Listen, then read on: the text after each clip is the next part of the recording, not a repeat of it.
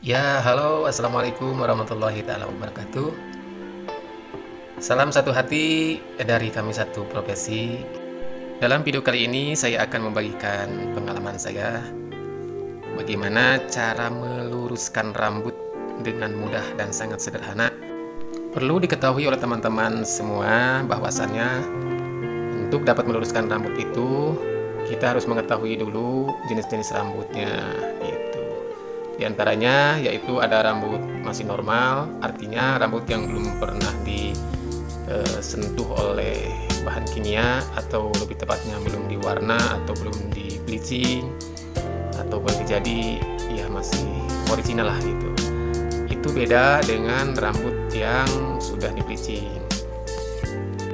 Artinya kalau yang sudah di bleaching atau sudah diwarna itu harus lebih hati-hati, harus lebih teliti. Beda halnya dengan rambut yang masih normal. Rambut normal pun ada beberapa jenis, diantaranya ada rambut yang ukurannya atau teksturnya tebal, atau ada yang rambut yang teksturnya tipis. Itu juga perlu pertimbangan. Namun dalam video kali ini saya hanya akan membahas secara umumnya saja bagaimana cara meluruskan rambut. Kalau untuk lebih detail itu mungkin bisa kita sharing atau datang ke tempat kami bagaimana yang lebih baik. Namun dalam video kali ini karena waktunya mungkin terbatas, saya hanya akan memberikan dasar-dasarnya aja. Dan sesuai dengan judulnya, ini adalah cara mudah untuk meluruskan rambut. Jadi saya akan menerangkan secara sederhana saja. Meskipun sederhana tapi bisa dipraktekkan dan hasilnya akan maksimal.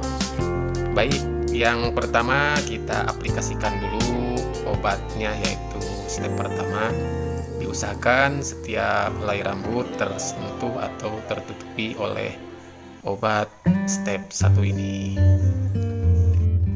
Nah, untuk keamanan kulit seharusnya pakai sarung tangan.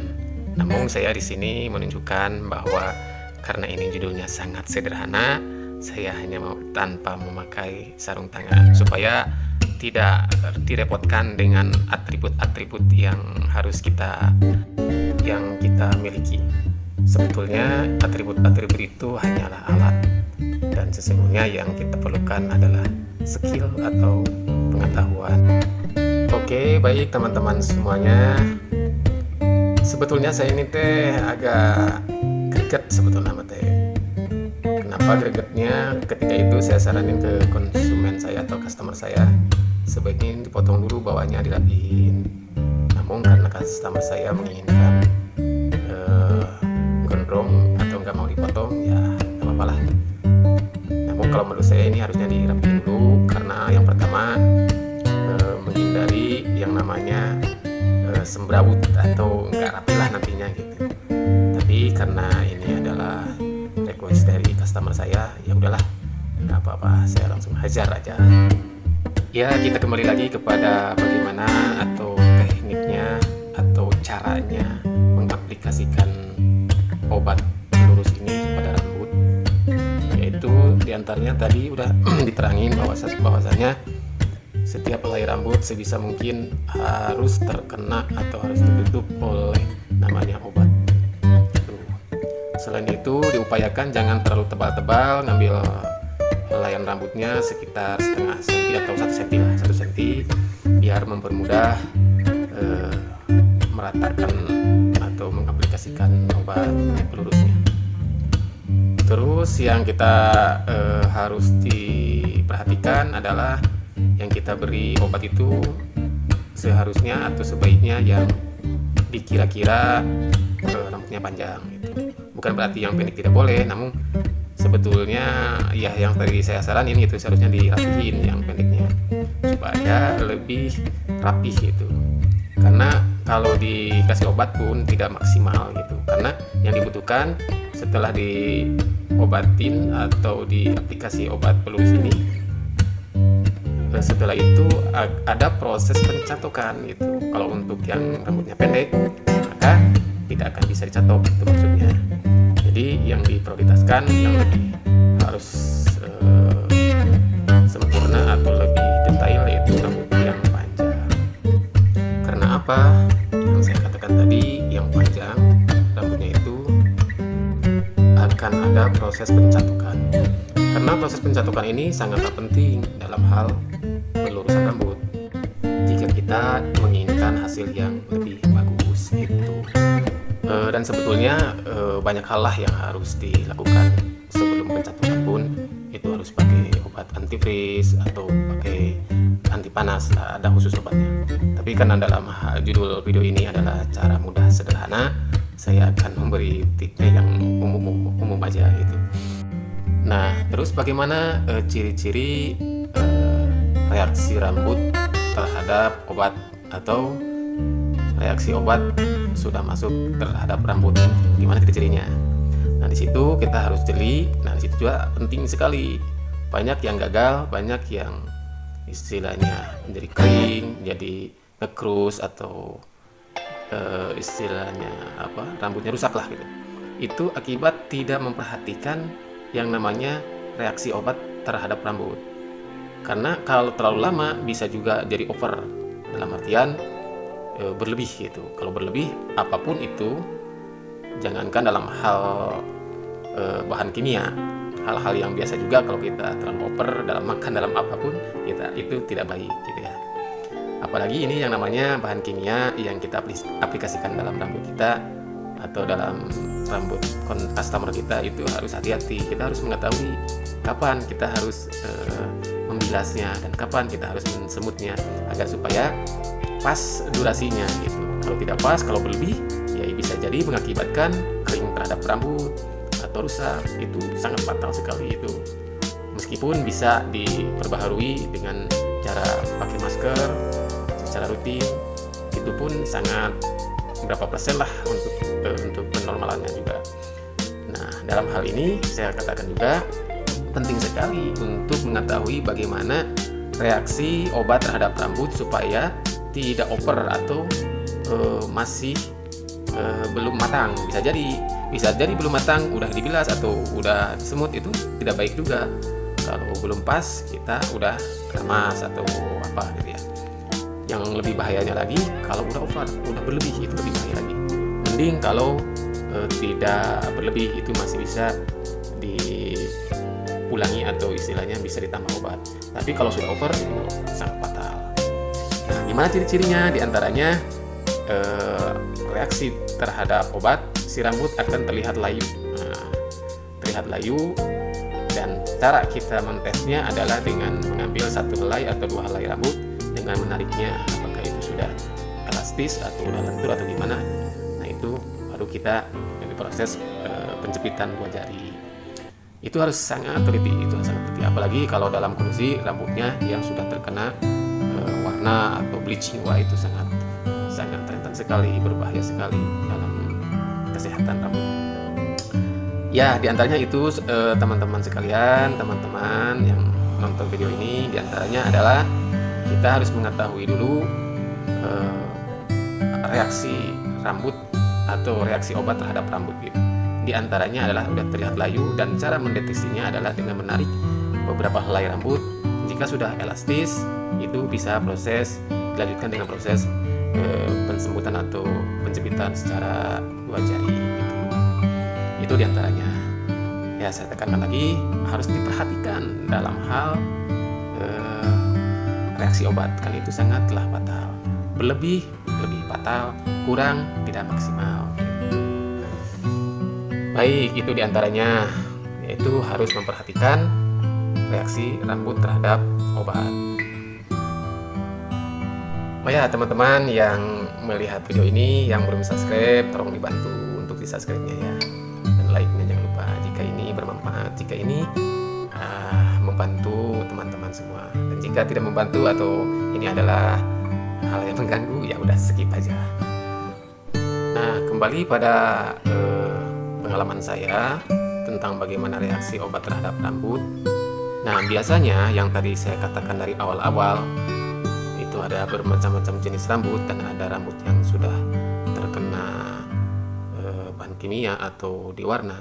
Nah, itu akan berbeda sekali reaksinya. Jadi tidak bisa dikatakan atau tidak bisa disamakan durasinya. Jadi ini bukan permasalahan durasi, Tapi permasalahannya adalah bagaimana reaksi itu. Karena sangat berbeda itu reaksi kepada rambut yang masih normal dengan kepada rambut yang sudah dikasih warna atau apalagi bleaching. Itu sangat berbeda. Durasinya yang sudah kena bleaching atau warna itu tidak boleh lama-lama itu. Kalau terlalu lama, wah, bahaya sekali gitu. Bahkan saya sendiri kalau untuk yang udah di bleaching itu mikir-mikir 2 kali karena kita harus benar-benar gitu. Kalau untuk yang normal, rambut masih normal, bolehlah kita standar durasinya berapa menit. Yang pengalaman saya yang saya alami gitu ya. Jangan lebih dari 1 jam itu harus cepat dibilas itu untuk penanganan atau yang rambut masih normal gitu. Nah, untuk proses yang ada di video ini yaitu proses pencepitan dengan 2 jari. Nah, ini harus hati-hati juga nih. Teknik ini juga penting, tapi harus dengan hati-hati. Hati-hatinya gimana? Jangan terlalu ditarik, jangan terlalu lemah juga. Nah, dalam hal ini juga kita harus mengetahui juga dalam hal pencepitan ini, mengetahuinya gimana maksudnya? Harus mengetahui kondisi rambut juga gitu. Jika kondisinya kita udah keterlanjuran terlalu matang atau terlalu udah nyampe ke gimana ya? Ya matang lah, terlalu matang. Itu jangan terlalu keras ditariknya, itu akan mengakibatkan rambut rusak atau bisa dikatakan ngekus juga. Nah, kita hanya dengan lembut aja menariknya supaya proses pengepresan gitulah intinya. Ada tapi untuk ditarik supaya apa? Supaya lebih ngepres itu. Nah, mungkin ada hal yang ganjil bagi yang udah pada tahu nih di jarinya itu pakai apa gitu mungkin ya. Nah, ini mungkin salah satunya trik-trik saya. Ini mungkin bisa dikatakan udah kebiasaan saya, dan mungkin ini juga ada yang udah tahu, mungkin ini bisa membahayakan juga bisa. Tapi bagi saya dalam hal pencepitan ini saya nyaman atau lebih enak dengan pakai sejenis kain atau bisa mungkin oleh honey flash atau apa. Karena apa? Saya rasa ini coba aja ya yang sudah pengalaman. Bukan berarti ini pengalaman saya benar juga, tidak juga ya, tapi yang saya rasakan ini sangat mempermudah atau membantu untuk proses pencepitan, pengepresan, untuk penarikannya juga lebih enak gitu. Jadi tidak begitu menggunakan tenaga yang lebih karena ini udah agak serat-seratnya jadi enak gitu. Ini pengalaman saya, tapi pengalaman saya pun ini tidak berlaku udah yang profesional, dalam artian yang profesional mungkin juga banyak juga yang trik-triknya lebih bagus, tapi yang saya rasakan trik ini saya sangat membantu, itu pakai kain atau pakai namanya honey flash atau apa, itu diantaranya. Nah, teman-teman perhatikan ini cara pencepitannya, yaitu dengan 2 jari atau dengan kiri kanan 4 jari lah gitu ya, dengan lembut. Kalau sebisa mungkin jangan terlalu ditarik, jangan terlalu gitu ya, karena ini juga sangat berbahaya. Kita harus mengatur lah, kira-kiranya terlalu over obatnya atau terlalu matang, jangan terlalu. Tapi kalau sekiranya ini belum matang ya bisa juga gitu ya. Ini salah satunya adalah teknik pencepitan dengan 2 jari. Setelah pengaplikasian atau pengaplikasian obat terhadap rambut, harus ada proses penjepitan begini. Tapi untuk posisi rambut yang udah di bleaching atau diwarna, ini jangan dilakukan. Meskipun harus dilakukan, jangan ditarik gitu, jangan terlalu ditarik gitu. Ya, kita kembali lagi kepada reaksi obat terhadap rambutnya kondisinya gimana. Kalau rambutnya udah istilahnya udah teramat layu atau udah matang banget, jangan terlalu ditarik begitu. Nah, ini adalah proses penjepitan. Ya, teman-teman tolong diperhatikan kata-kata saya dari awal sampai akhir, teknik-teknik mana yang harus diperhatikan. Ini adalah teknik penting juga. Nah, gitu teman-teman. Kembali lagi kepada keamanan kulit dan kuku, sebetulnya ini juga harus hati-hati, sebaiknya pakai sarung tangan juga. Karena ini adalah sangat sederhana, saya tunjukkan juga dengan cara sederhana. Karena apa? Kalau kena kulit itu kalau sering dipakai tanpa sarung tangan, ini akan mengakibatkan iritasi kulit. Terus terhadap kuku pun akan menjadi elastis atau bisa dikatakan rusaklah gitu terhadap kuku. Jadi sebaiknya harus pakai sarung tangan. Begitu teman-teman. Ya, sekali lagi jangan lupa pada teman-teman sekalian, tolong di subscribe-nya jika ini membantu atau memberikan pengalaman baru terhadap teman-teman. Mohon bantuannya di subscribe. Terima kasih sebelumnya. Baik teman-teman, kita saksikan dulu ini prosesnya. Nah, setelah kita pecah-pecahkan secara 2 jari, kita diamkan dulu beberapa menit, atau kondisinya masih memungkinkan kita diamkan dulu. Tapi kalau sudah tidak memungkinkan, kita langsung dibersihin atau dikeramas. Nah, untuk pengkeramasan ini, nah ini juga harus penting juga nih diperhatikan ya teman-teman. Dalam pengalaman saya dalam pelurusan rambut, untuk membersihkan rambut dalam artian proses pengkeramasan itu harus benar-benar bersih, Karena apa? Ini pengalaman saya ya. Kalau masih ada sisa-sisa rambut atau sisa-sisa obat tidak bersih lah maksudnya gitu ya, itu akan mengakibatkan ngekrus juga tuh teman-teman ketika dicatok gitu. Nah kan setelah keramasan ini kita akan ada proses pencatokan nih. Nah kalau tidak bersih, nah ini harus penting juga nih, harus perhatikan. Kalau tidak bersih, membersihkan obat di rambut yang kita luruskan ini akan mengakibatkan fatal juga. Nah ketika dicatok akan kelihatan kalau tidak bersih itu akan menjadi ngekrus. Nah ini bahaya nih, ini harus bersih. Nah setelah pengkeramasan kita langsung dikeringkan pun ini jangan gunakan terlalu panas. Kita harus kering sewajarnya aja, tapi harus kering. Nah setelah dirasa sudah kering dengan hair dryer, kita maju kepada proses pencatokan. Dalam hal proses pencatokan ini kita benar-benar juga harus hati-hati. Dalam arti hati-hati, kita harus benar-benar jangan terlalu panas temperaturnya. Usahakan dalam pencatokan ini juga temperaturnya sekitar, ya jangan terlalu panas lah, itu bisa diatur gimana kebutuhan. Yang penting jangan terlalu panas juga. Kalau terlalu panas itu juga akan mengakibatkan kurang baik terhadap rambut itu. Nah setelah pencatokan ini kita aplikasikan lagi, yaitu obat pelurus step 2. Caranya seperti step 1 tadi. Namun dalam step 2 ini tidak begitu lama untuk pengaplikasiannya, dan tidak ada proses pensemutan kayak tadi atau proses jepit 2 jari, nggak usah pakai. Setelah didiamkan, step kedua beberapa menit, 20 menit atau 20 menit lah ya, langsung dikeramas kembali, dibersihkan. Nah untuk kondisi rambut yang rusak atau ya udah terkena warna rambut atau apa, itu harus diperhatikan. Kalau udah teramat rusak, kita harus pakai conditioner gitu lah, biar agak terlindungi gitu. Nah untuk teknik saya atau pengalaman saya untuk rambut rusak atau udah terkena obat warna, dalam step kedua saya mencampurkan dengan masker, yaitu masker yang bagus lah, supaya dalam proses step kedua ini ada perlindungannya, yaitu dengan pakai masker. Setelah pakai masker, dalam keramas juga harus pakai conditioner gitu.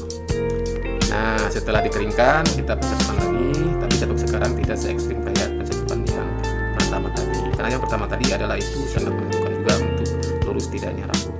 Untuk pencatokan yang sekarang ini fungsinya penegasan bahwa harus dipreskan. Nah mungkin itu hal-hal yang terpenting dari proses pelurusan rambut yang saya alami. Dan mohon maaf pada teman-teman yang lebih jago, yang lebih mahir. Ini adalah pengalaman saya, dan pengalaman saya ini tidak berarti ini pengalaman saya yang benar dan pengalaman saya yang paling bagus, tidak. Ini adalah proses pembelajaran saya dan pengalaman saya dalam hal pelurusan rambut. Jadi artinya saya di sini menerangkan di sini bukan berarti teknik saya ini yang baik, yang benar, akan tetapi ini adalah pengalaman saya. Dan jikapun teknik saya salah atau kurang efisien, mohon untuk dikoreksi dengan baik dan sopan. Ya baik teman-teman, saya tidak bosan-bosan untuk mengingatkan teman-teman sekalian, jika ini video bermanfaat bagi teman-teman semua, mohon untuk dibantu mensubscribe channel YouTube kami penutup dari pengalaman saya dalam hal pelurusan rambut ini, yaitu setelah proses pelurusan rambut ini disarankan kepada customer saya, yaitu untuk tidak keramas atau untuk tidak dibasahi secara berlebih setelah proses ini, yaitu selama 4 atau 3 hari. Nah, segitu saja dari kami, semoga bermanfaat. Assalamualaikum warahmatullahi taala wabarakatuh. Dan inilah adalah hasilnya. Terima kasih.